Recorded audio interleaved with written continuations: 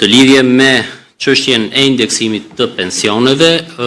kjo është një çështje të cilën ne jemi duke diskutuar me Institutin e Sigurimeve Shoqërore, kjo dhe për shkak të realizimit të ardhurave.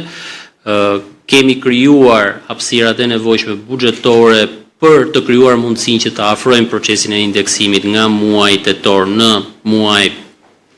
qershor apo korrik. Megjithatë, kjo është një çështje vendimarrje, të cilën besoj do ta ndajmë me juve sapo të kemi dakordsinë me Institutin e Sigurimeve Shoqërore dhe Shëndetësore. Për sa i përket pyetjes së dytë që lidheshte me pjesën e fermerëve, nga dhënat më të fundit që kemi nga Drejtoria e Përgjithshme e Tatimeve, kemi vërejtur që ka një rritje të numrit të faturave të lëshuara nga përpunuesit apo grumbulluesit drejt fermerëve me NIP,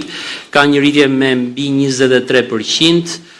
sipas informacionit që kemi marrë nga Drejtoria e Përgjithshme e Tatimeve, deri në këtë moment që flasim, shuma potenciale për të kompensuar drejt fermerëve me NIP arrin në masën 6 deri në 6.5 milion euro. Megjithatë, ky është një proces në vazhdimsi, cili do të zgjasë deri në fund të muajit qershor dhe pastaj do të kemi edhe shifrat më eksakte se kush është vlera eksakte që do të kompensohet drejt për drejt në llogaritë e fermerëve.